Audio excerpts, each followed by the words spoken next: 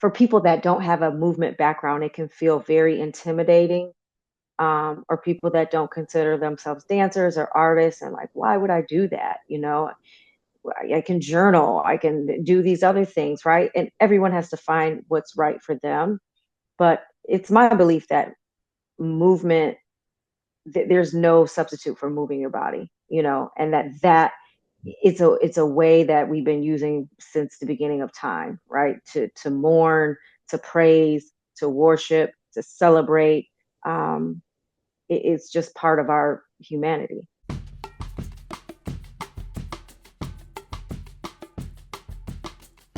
What's up, y'all? Welcome back to another episode of the Let's Just Be Real podcast. I'm your host, Marissa Tong.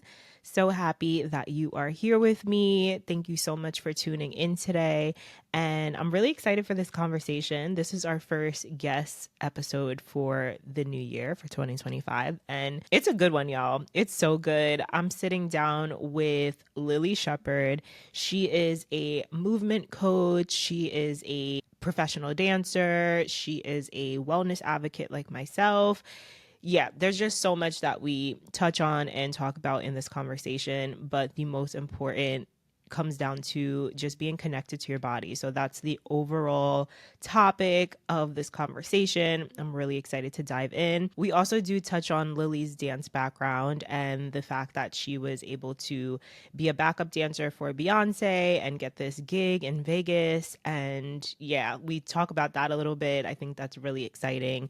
And we also kind of touch on the music industry. She shares an experience about being with Jay-Z in the club and how she was able to possibly get herself out of a potentially dangerous situation. We don't really talk about anything that happened that was dangerous, or she doesn't talk about being in a dangerous situation, but I just want to give the heads up because this is airing after the Jay-Z allegations, and this is also airing after the holidays. So we do touch a little bit about the holidays and being more in tune with your body while being in family settings or with coworkers, or being in a setting where you might potentially feel uncomfortable. So I'm really excited to dive in. It's so good. I really hope you guys enjoy this episode. Lily's energy is just very calming and real and authentic, and I love that. You guys know, like, anybody who comes on the show as a guest, like, I really need to have that connection with them, and I really feel like we had a really real, authentic, and genuine conversation, and we have a lot in common. So without further ado, let's get into this conversation, y'all. Enjoy. Hi, Lily. Welcome to the show. How are you? I am doing so well. Hi, thank you for having me. Thank you for joining us today. So, I want to start with just having you talk a little bit about yourself, telling the people who you are, what you do. Sure. My name is Lily Shepard. I'm a wellness consultant. I focus on body intelligence.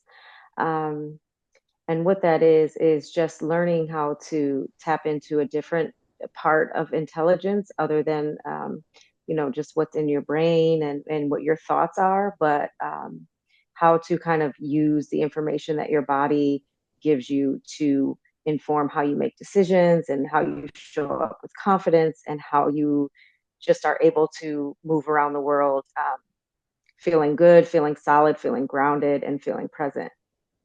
I love that. That's really important too, right? And I think we are seeing more and more people nowadays talking about nervous system regulation and really like tapping into their body, being in tune with their body. I'm also a dancer. We'll talk a little bit about dance too, because we know you have a nice dance background.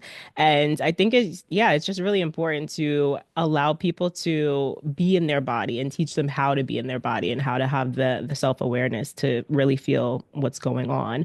So we're going to talk a lot about that today. I'm really excited. So let's start talking about nervous system regulation. Like, what exactly is that, right? Because we see a lot of people talking about it. It's all over social media, but what does that actually mean and what does that feel like? Well, I think, a common misconception about it is that it's regulating your nervous system is being in a constant state of calm. And that's not necessarily the truth. Like your nervous system is there to serve you in many different uh, types of experiences, right? And so it's not always like, well, I need to be regulated and I need to be calm and at peace. Sometimes your nervous system needs to generate energy and capacity for you to do whatever the task is in front of you.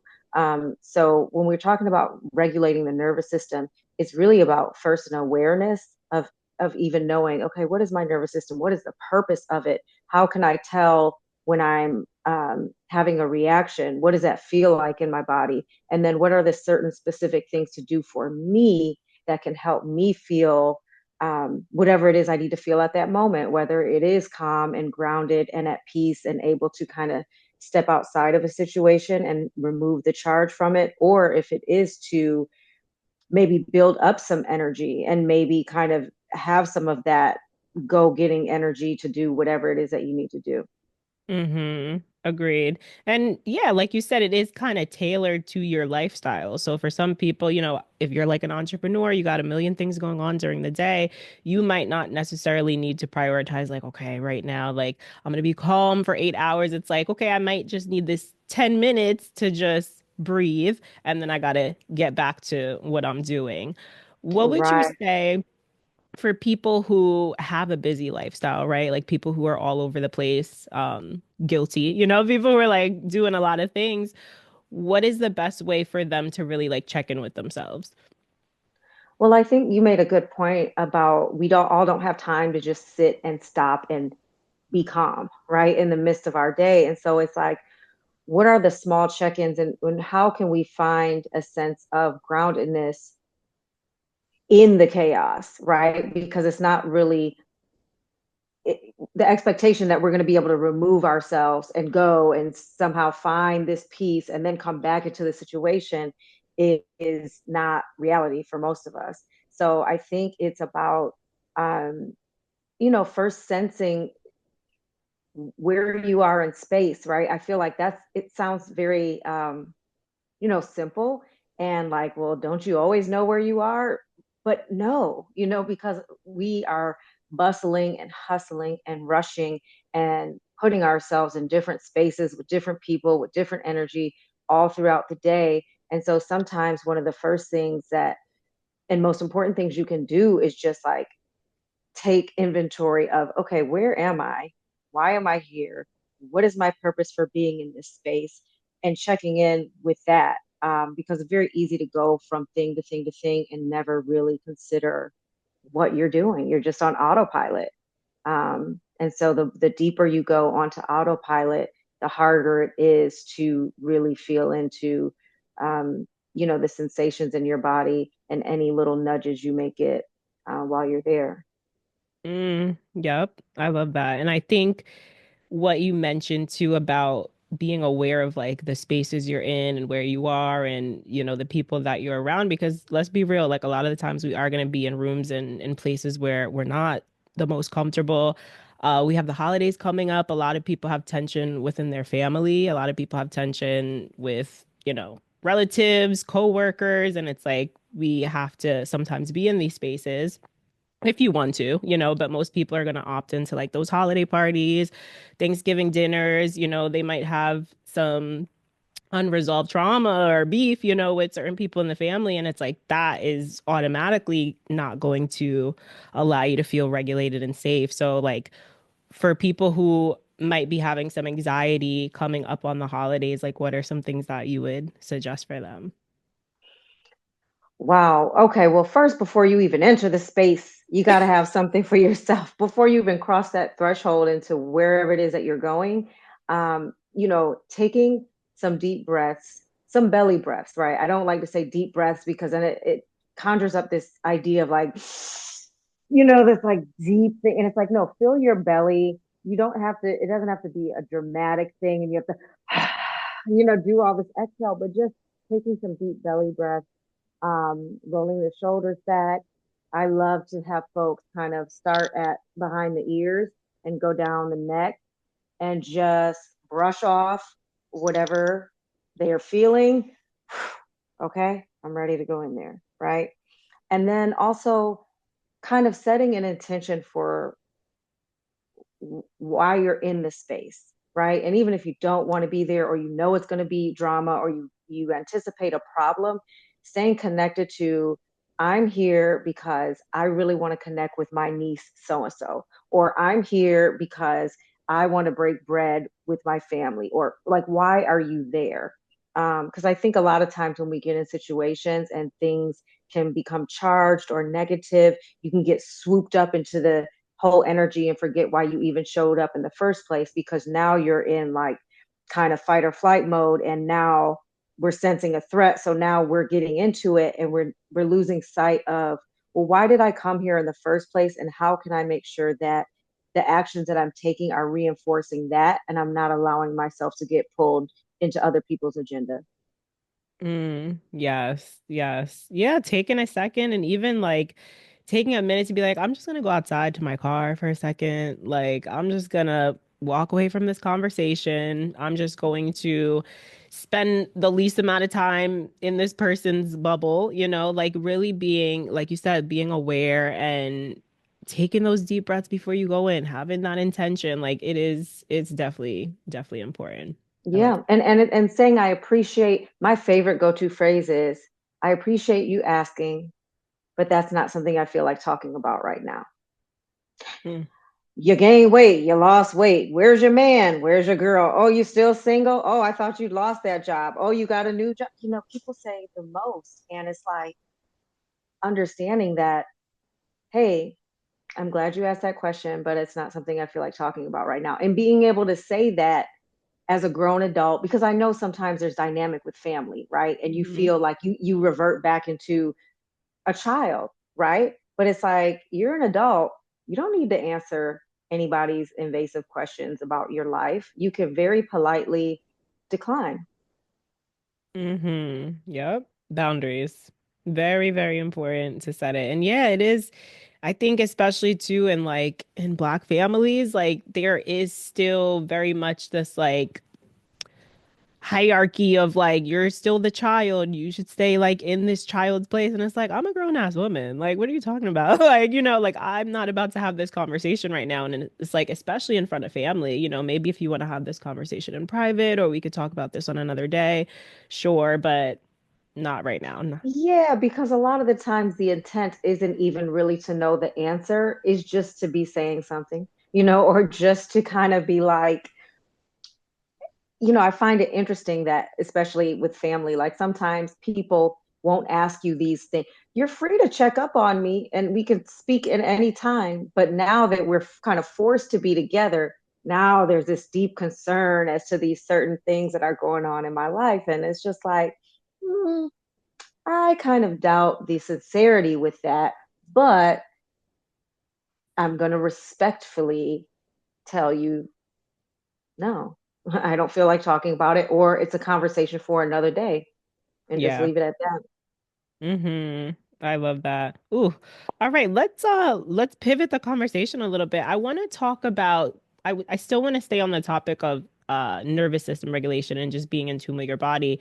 Let's dive a little bit into dating, right? So a lot of my audience mix. We have like some single girls, some, girls in relationships, but a lot of women are looking to maybe get back into dating in 2025, right? And they might not know the signs of feeling, am I safe around this person? Do I feel regulated? Do I feel calm? Do I feel excited? Or sometimes they might let their initial emotions of like, the giddiness, the butterflies, the infatuation, like take over how they might really feel. So, how can we navigate that and how can we identify like, is this person safe? Mm. Well, one thing that is really has helped me in the past is take notes. Like really, when you're on your first few interactions with somebody, just take notes about how, whatever you're perceiving, right? Put it in your phone, because with women, a lot of times, and I'm speaking for myself too, because I know that I've done it, you kind of you perceive things, but then you allow the giddiness and the feelings of the excitement and all of these things play tricks on your mind and you start acting like you didn't see what you saw, right? And so I found that when I am able to just write down my observation somewhere and go back to it and be like, huh, I noticed this a few months ago. Okay, this pattern, this is still, I'm still seeing this. I have something to now go to, because sometimes, the memory can't necessarily be trusted, especially if someone is, showering you with lots of attention and all of these things. And it's kind of becomes easier to see what you want to see versus your like unfiltered perception right in the moment. So that would be number one. And then always just expansion and contraction, right? I think that we get around folks that once you learn what that feels like for you, right, of that make you expand, right, and that you feel open and you feel like you want to share more and you feel safe, noticing that feeling versus people that there might be an attraction, it might be a little sexy, but there's something in it that has you almost kind of contracting or shrinking away. And you can even perceive that in your body, even if in your mind you're like, oh, yes, da, da, da. But you might find yourself leaning away from them a little bit, or just kind of, having that standoffishness in the body that you don't know really what to do with. And you haven't kind of put the dots together as to why it is, but just paying attention to what your body is naturally doing in someone's presence. And that's, for dating, for friends, for anybody that you come in contact with. I find it to be a really great indicator, because I've been around some people that I've been really excited to meet, and I thought would, maybe add some value to my life, or could, and I noticed that when I got around them, it was a contraction, and like, yes, I was, my mind, I was still like, oh, this is this person, this is this, but in my body, I was contracting and I found myself moving away, and that was something to pay attention to. Registration is now open for both of our retreats coming up in 2025. We are going back to Arizona. Yep, back to where it started, baby. We're heading to Sedona in Scottsdale for 4 nights, 5 days to heal, to meditate, to ground ourselves, to have a deeper connection with ourselves. This is going to be a completely transformative experience. Join us for the Phoenix Rising Retreat from March 13th to the 17th, 2025. This is going to be amazing. If you've been asking about our first domestic retreat of 2025, well, this is it. We literally just opened registration. So reserve your spot. It's going to be freaking amazing. You can find all of our details on our website. And don't forget the Goddess Retreat in Greece. We're heading to Mykonos and the beautiful hidden gem Andros for 7 days, 6 nights from May 7th to the 13th. This is going to be an amazing experience if you're looking to connect with your feminine energy, if you're looking to soften, if you're looking to heal, if you're looking to really have a deeper connection with women and community and nature, and to soak in all that Greek goddess energy. So if you're interested and you're looking to take some time for yourself and start 2025 by putting yourself first and prioritizing your mental health, your self-care, your spirituality, your connection with yourself, then I invite you to register for our retreat. The only thing that's required to book is a deposit, and then you can make monthly payment arrangements up until January and February for the retreats. So any questions, feel free to hit us up at Real Hot Retreats on Instagram. Take a look at our previous retreats, see if you're feeling out the vibes. 100%. 100%. And being aware of that is like, that is the most important thing. I feel like as a dance teacher and like as a movement coach and being around so many women, and especially like having women dance in like a sensual way, or, like having women come in heels, like something I've observed over the years is like a lot of women are disconnected to their bodies. A lot of women are not aware, and it has nothing to do with like the rhythm or you being able to dance or not dance. It's like a lot of women just have an issue with like touching their body or touching themselves, or just doing a move where they might feel like they're going to be judged, right? So I think like you said, just having the awareness of being in your body, right? And some things that we could do to improve that, like dance. We'll talk about that a little bit. Dance, movement. I know that you are someone that helps people through coaching and through healing through movement.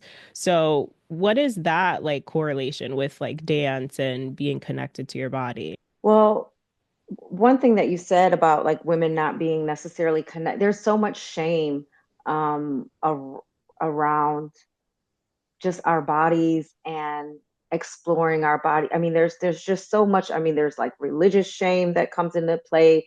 There's all of it, especially in Black culture, this idea of not being fast, and that anytime men, you know, are interested in you is because you've done something or you've shown them something that makes them want to, approach you in a sexual way and all of this. So I feel like there are a lot of layers, and no one ever teaches you how to be in your body. I mean, the earliest things that we do is like we go to PE class, and you run and you jump, and your body is utility, right? It's like what can it do, and how do you exercise and all of those things. But we're never really taught to develop a relationship with our body beyond that, right? It's either that, and then as you get older, it's like, oh, your body is this sexual instrument, and we start thinking of it in terms of pleasure in that way, and kind of skipping over, well, how can my body work for me in everyday settings? What is soothing to my body? Where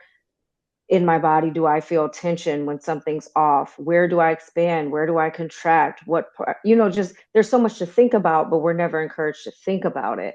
And so movement is a great way to just begin to explore all those things, especially if you've never explored them before, and movement in a way that feels safe and that is just for you, and it's not about getting a step or looking good at the club. Is just really to express how you're feeling, and to have some type of dialogue, right, that doesn't need words, that you can just move into. And I know it feels, for people that don't have a movement background, it can feel very intimidating, or people that don't consider themselves dancers or artists, and like, why would I do that?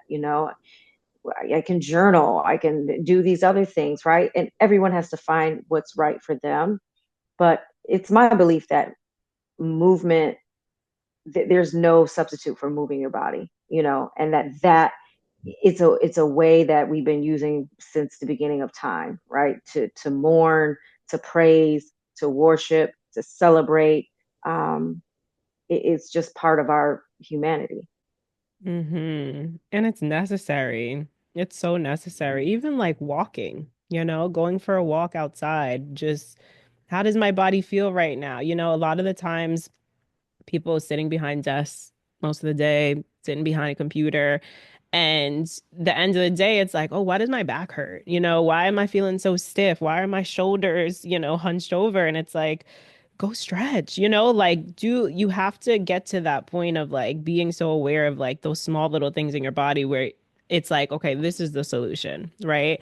I'm feeling stressed. I'm feeling anxious. Let me go dance. I'm feeling tight. Let me stretch, so like having that kind of like toolkit of things that you could like dip into and come back to when you are feeling those certain things in your body. Yeah, so we're not taught, it's like we're really not taught that, and we're taught to just go, go, go, and ignore everything that's going on until it becomes so loud that now we got to go to the hospital. Now we got to go to the doctor, right? Because we're just taught to ignore all of those signals that come from our body, in pursuit of capitalism. It's like we got to work. Nobody got to be worrying about how you feel in your body. It's seen as this luxury, right? Well, I don't have time to think about that.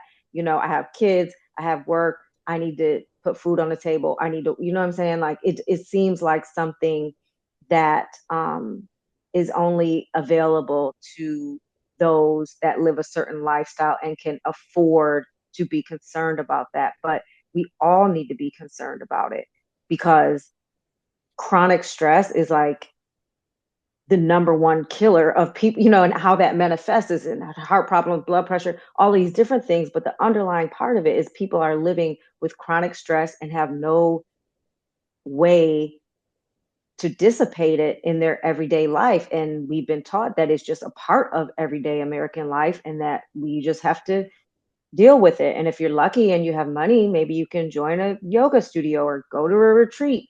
But if you don't, you're just asked out and you're going to be sick. Ooh, oh my goodness. Yeah, that is uh I like really got clarification on that whole concept of like making yourself sick, right? And like things manifesting through illness. When I read You Could Heal Your Life by Louise Hay, I don't know if you read that Mm-hmm. book. Yeah, I read it. Yeah, and like in the back of the book, she talks about like all these ailments and diseases and Yeah. things and the way and like how where in your body, like it's coming from. She talks about like I think it was like back pain being related to like instability, not feeling stable, not feeling able to trust people. And there were certain things that like I was dealing with in my body. And I'm like, this is actually facts, like this is exactly how I'm feeling. And once I started tapping into that and taking more care of like those specific parts of my body, I started realizing like things slowly like fading away, So that was a really Yeah. good book. I And would I recommend. think, don't let me get too deep in the down the conspiracy rabbit hole, but I don't think it is to say that like people are invested in our sickness. You know what I'm saying? Like it's very profitable for people to be unwell. And so you have to take it upon yourself. You have to really be strong and be serious about your well-being because people don't want you. These corporations and people don't want you to be well. It's like we have a pill for that. You know what I mean? Like Mhm. we have so many things and I just find it interesting that there's still a lot of people that feel like, well, it should be this way and it should, and I agree, it should not be the way that it is. But the reality is, we have to care for ourselves and care for the community because, like, it's not a tenet of the country that we live in for people to be happy and healthy and whole and functioning. It is important that we be profitable. And so it makes sense to kind of never teach us how to develop our own relationship with our body so that we're able to know when things are happening because damn we might step away. So I think I just feel very passionate about that, about us having to take care of ourselves and each other because it's kind of the business model of America is to like have you just be chronically stressed and ill until the point you need medication and then to be on medication and then to have medication to extend your life, which is not probably of good quality, but you want to be around. And then that's the end. And I'm just like, yo, I don't subscribe Mm-mm. to that. And I feel like we all can help each other do better. Absolutely. And that's what we're here for, and this is why we have conversations like this and we need our communities to have the awareness, but not just the awareness. It's like, what are you going to do with the awareness? You might hear a podcast like this, but are you actually going to go in and do something to change your lifestyle?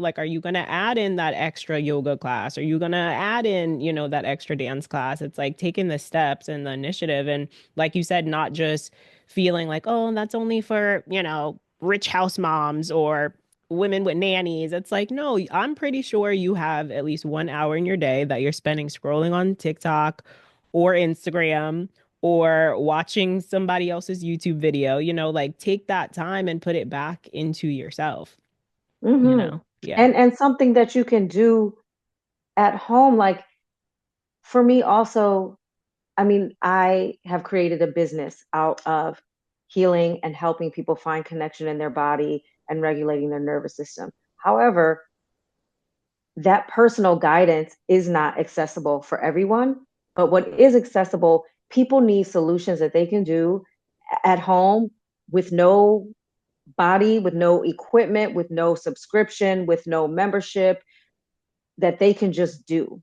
And I think like in today's world, and everybody is a coach and an expert and a guide and a guru, and we all want you to come to our stuff, come to our stuff, come to our stuff. And that's great. But the people that can't come to the stuff still need these tools. And so teaching people, okay, well, what can I do just in my house? What can I do by myself? I don't have a yoga mat. I don't have blocks. I don't have props. I don't have a studio.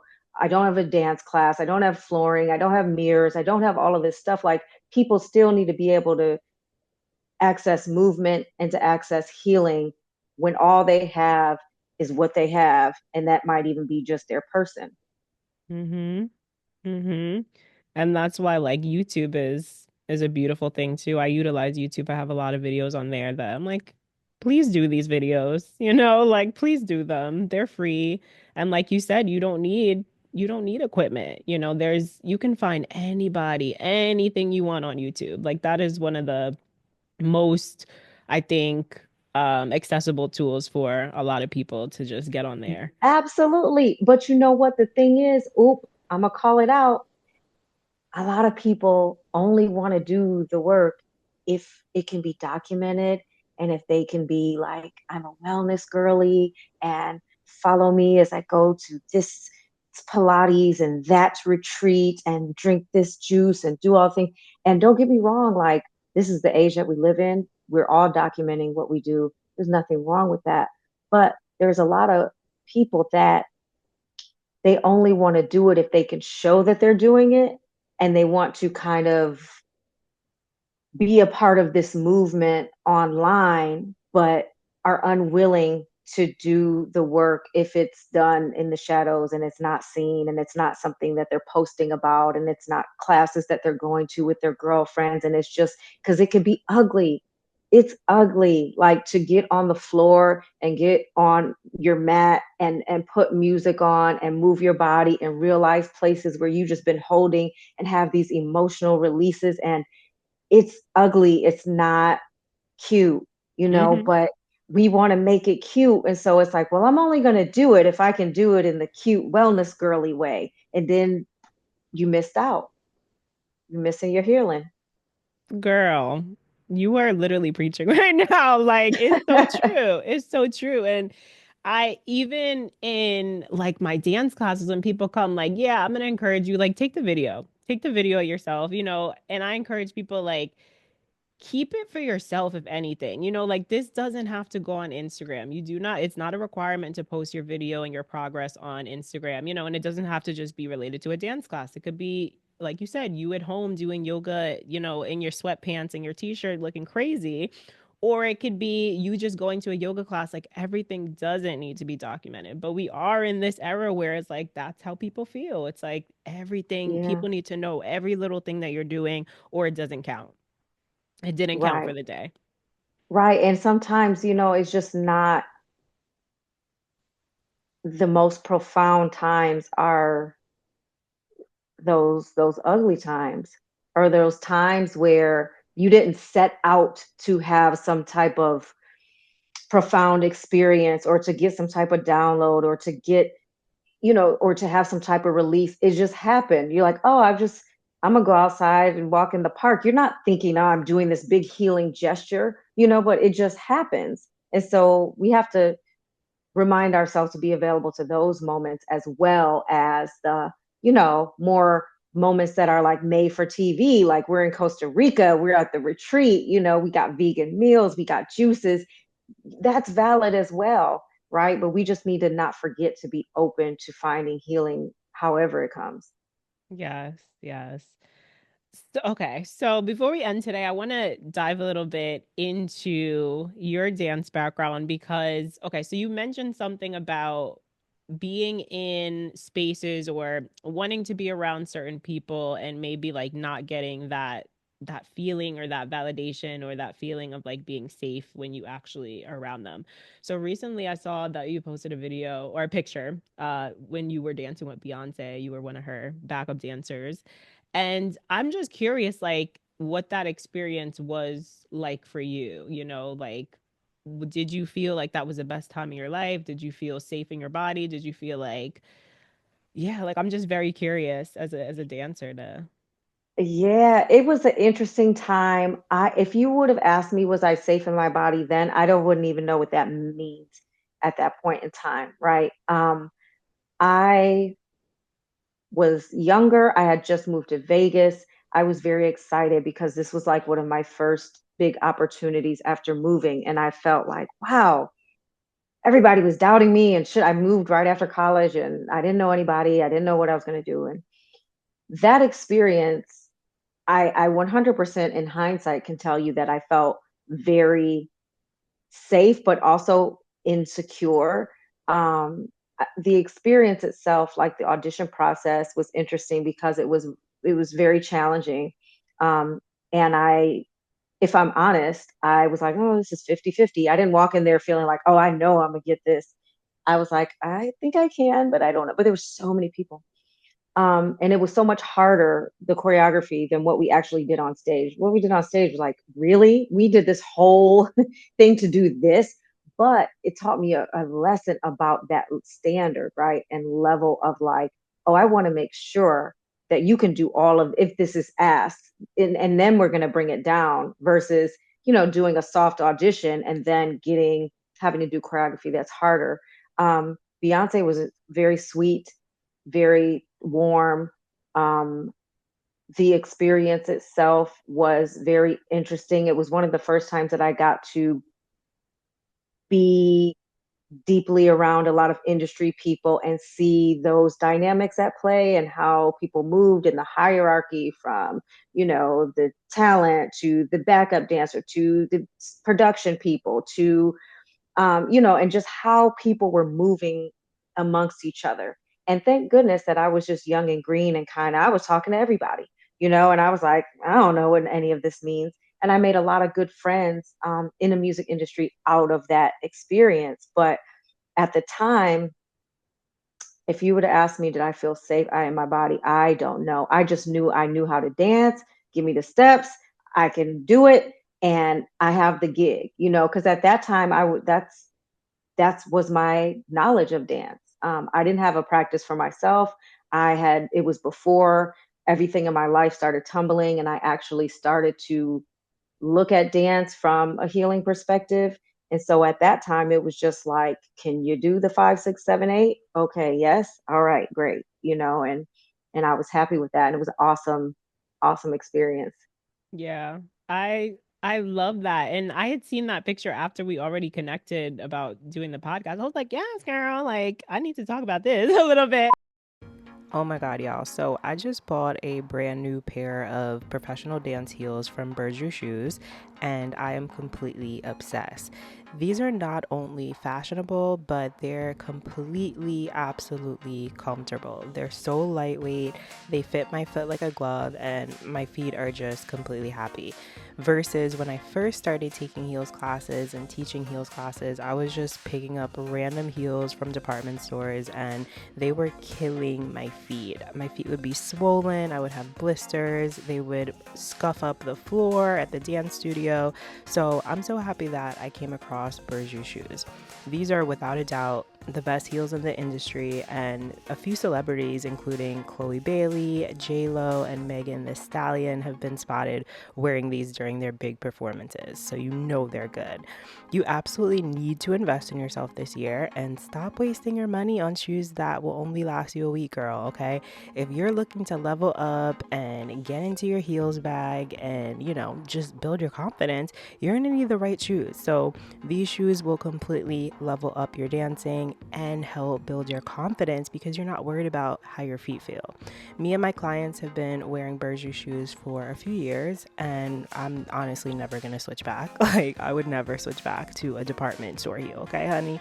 These shoes are lightweight, stylish, durable, and they come in a variety of different heel heights and styles for every different type of dance. The service is incredible, and if you need to exchange a size, they'll quickly help you do that. I do recommend ordering one full size up since these shoes are meant to hug your foot. So check out the amazing selection at bergushoes.com. Use my discount code RISFITKitty. That's RISSFITKITTY to save some cash on your next purchase. And let's get to dancing. So, Lily, how did you transition from being in the, celebrity Hollywood music industry world and being a backup dancer to now like more in like this healing space and less of like that performative, route? When did you decide to switch? It's funny because I never really made the decision. It just kind of organically happened. The catalyst being my divorce back in Vegas. Buy my book, Pleasure Principles for Driven Women. It's all in there, the story. We don't have to go into that, but it was very traumatic. It was very messy. It had a lot. And that kind of what started me even thinking about movement any other way than the training that I had always known. And so when I moved to Austin, I started teaching, doing like dance fitness, and then teaching heels classes and just kind of trying to bring some sensuality and a little more flavor and fun to working out. But what I started to realize was that as the classes were getting bigger and these women were coming, there was so much transformation that was happening from the way that they walked in to the way that they walked out. I noticed that people were so much more apt to share after moving. So I started adding on, okay, well, we're going to do the class and then we're going to hang out, and talk for a while and have wine and all it, like the thing just kept getting bigger and bigger and bigger. And I started to realize that, wow, the thing that these women are coming for is not the dance class, right? It's not to get to do the choreography. Something deeper is happening here. And I want to facilitate that, and it just became clear like, okay, well, you have this training and this is your preferred modality, but how can you use it more as a vehicle for self discovery rather than just to learn steps or to get in shape or whatever. And so it just kind of took on that trajectory and I started to add things to my toolbox, learning about holotropic breath work and becoming a trauma informed yoga instructor and doing some reading and studying around nonviolent communication and all of these things that are just helping to create kind of my curriculum and how I like to teach movement now. So yeah, it just happened. I did not ever wake up and be like, "Oh, I want to do this in a different kind of way." It was in response to seeing what was happening with people and people that don't consider themselves dancers, that were coming to a class because it looked fun and there was going to be a bunch of women and they just wanted to have a good time, and realizing that, wow, this could really be life changing for people and this could be a means to bigger growth and bigger transformation and bigger experiences. And I was like, yeah, we're doing that. Yeah. So would you say that is more fulfilling than the feeling of like being on a big stage and dancing next to Beyonce and is what you're doing now, would you find that more fulfilling and meaningful?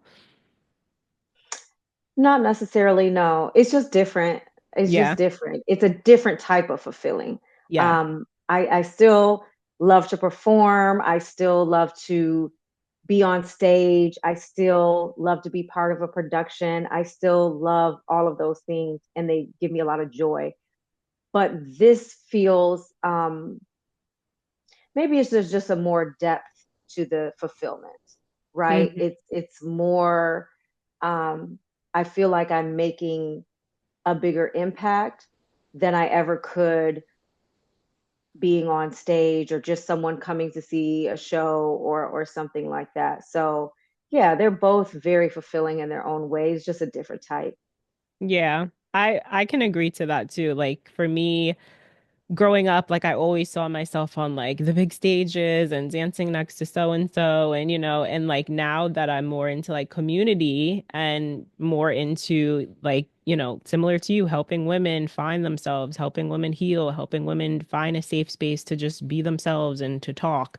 I find that it's more related to like service, maybe like a little bit more of like purpose and service in that way versus like wanting to perform where maybe that's more from like passion and from like Right. Or just like, I'm talented and mm-hmm. this is my talent. Here you go. Yeah. Right. And you consume this versus you are a part of this. Mm-hmm. Mm-hmm. I have a question for you. So now seeing that the music industry is crumbling and all this stuff happening with Diddy, and I'm sure there's more people that are going to come out.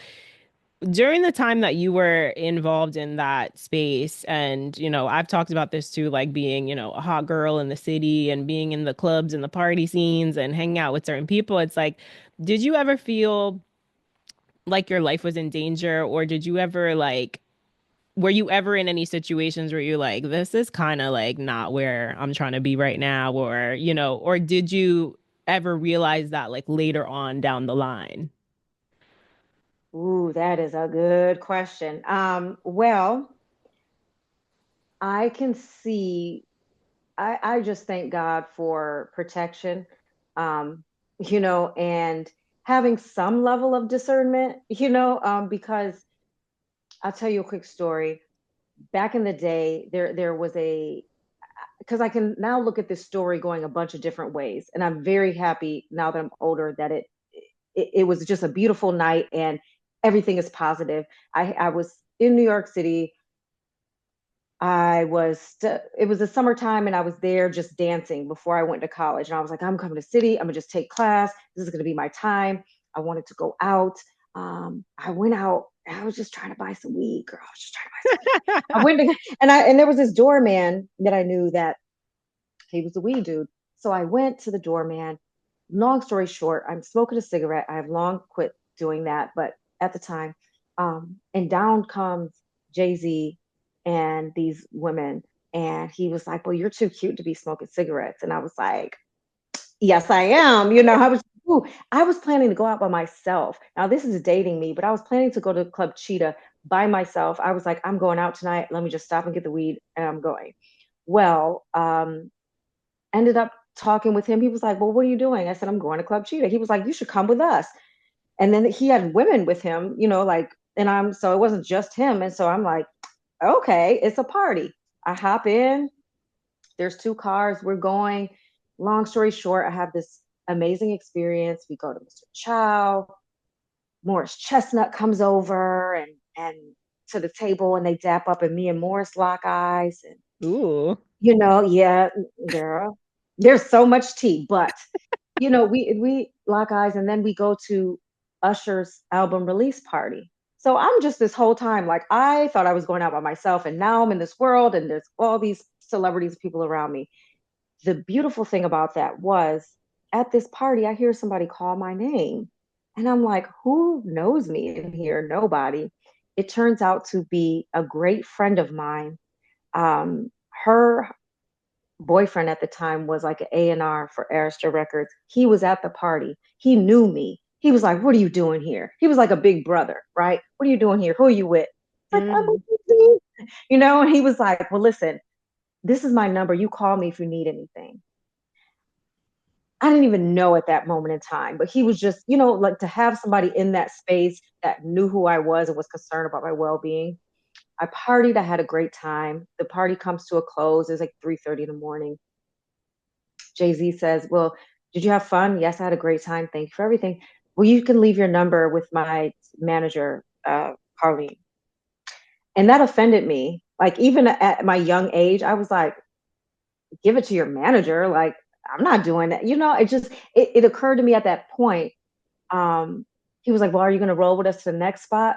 Well, it's like three. So I'm like, the next spot probably somewhere I don't know that I want to be, and I am glad because I was in the party mode and in times of just being young and fun and adventurous. And wow, I just happened to fall into this situation where I'm all this fine dining and the party and everything. But I am very glad that I let that be the end of it. I didn't get my number. I didn't go to the after thing. I just was like, wow, that was a really amazing night. And I'm glad that it happened. And I left it at that. So, that being said, that's kind of indicative of all my experience. It was always, when I look back, I can very much see situations in which I either left right at the right time or I just, I stepped back right in time. I don't know what would have happened if I had moved forward, you know. And it was because I was young too. I had a fake ID. No, don't let me leave that out. I was not 21. Mm-hmm. I was over 18, but I was not 21. So yeah, it's interesting. But again, it was even more interesting in just noticing how people move and the hierarchy and how people act around celebrities and just that whole thing I've always found fascinating, just as far as human nature, right? And how people behave, how women behave, how men behave, um, and what that whole dynamic is like. It's definitely interesting. Oh my God, girl. Yeah. Like God was looking out for you. God was looking Hmm. out for you. He sent that person. And even like, I feel like even even though you didn't go on to the next party and even though you didn't have to call, your friend and be like, hey, come pick me up or whatever, it's like, I feel like maybe subconsciously, like that got put into your mind, like, I'm looking out for you, like just in case, like here's my number, call me if anything. But Yeah, because yeah. I'm by myself. You know what I'm saying? I'm in New York City by myself, just sliding up into spots, having a great time. And I was not thirsty. I guess that wasn't even a word then, but at the time, you know what I mean? It's like I wasn't thirsty. I literally like just fell into this situation. And so I felt like I was able to remove myself from it and not feel away. And this is before I'm not taking pictures and so there's no record of this, although there was like a Vibe magazine that they showed the party. And I was like, oh my gosh, you can see the half of my shoulder right there. That's me, you know. But other than that, it's different now. It's different now. Like people want the social proof, like, yo, I was hanging with so and so, and I was doing this. And so who's to say, if I would be that age and this time, how that would be. But those are the kind of conversations, I have a daughter that's 17 and, a high school senior. And so I talk to her about these things because it is a whole different world out there now. And the people are willing to do a lot more and put themselves into situations to get the video, to get the photo. So Jesus. Yeah, girl. yeah. Well, she's lucky and she's fortunate to have a mom, like you that has all this wisdom and has the knowledge and has the experiences. And obviously she's going to have her own experiences, but it's always helpful to, have that transparency and to have someone really looking out. So, Lily, this was a beautiful conversation. I want to thank you so much for your time, for your vulnerability, for your knowledge, your wisdom, your insight. Thank you so much. This was amazing. Can you please tell the people where they can find you on social media? Yes, and thank you so much for inviting me to just be and share, on your platform. I'm very appreciative. You can find me at body intelligence underscore academy on Instagram. You can find me at bodyintelligenceacademy.com. You can find me as Lily Shepard on LinkedIn, Facebook, YouTube. I don't have much on YouTube, but it's a couple videos there. So, like we were talking about, if you want to just do some free stuff, just hit it up, find it. Yeah, and I'm always open. I love to connect with people. And so I'm just putting it out there. If you heard this and, you have anything that you want to share, just DM me. Like I love that. I like to talk about things and build community with people in a real way, not just like, here, I was on this podcast, here you go, but like, yeah, let's talk about it deeper. So, always open for that. Love that. We love real deep conversations over here. And that's how I found you, actually. You popped up on my feed. You were doing like another podcast, and I was like, I like her. I like getting deep, you know? So thank you so much. Again, we will link all of your information in the show notes so people can easily find you. And yeah, thank you guys so much for tuning into this episode today. If you're listening on Spotify or Apple, please feel free to leave us a rating and review, preferably 5 stars. That would help us out so much and help other people find the show. If you're watching on YouTube, hit that like button, drop a comment, let us know your favorite part of this conversation today. Don't forget to subscribe, and we'll see you in another episode. Peace. Bye.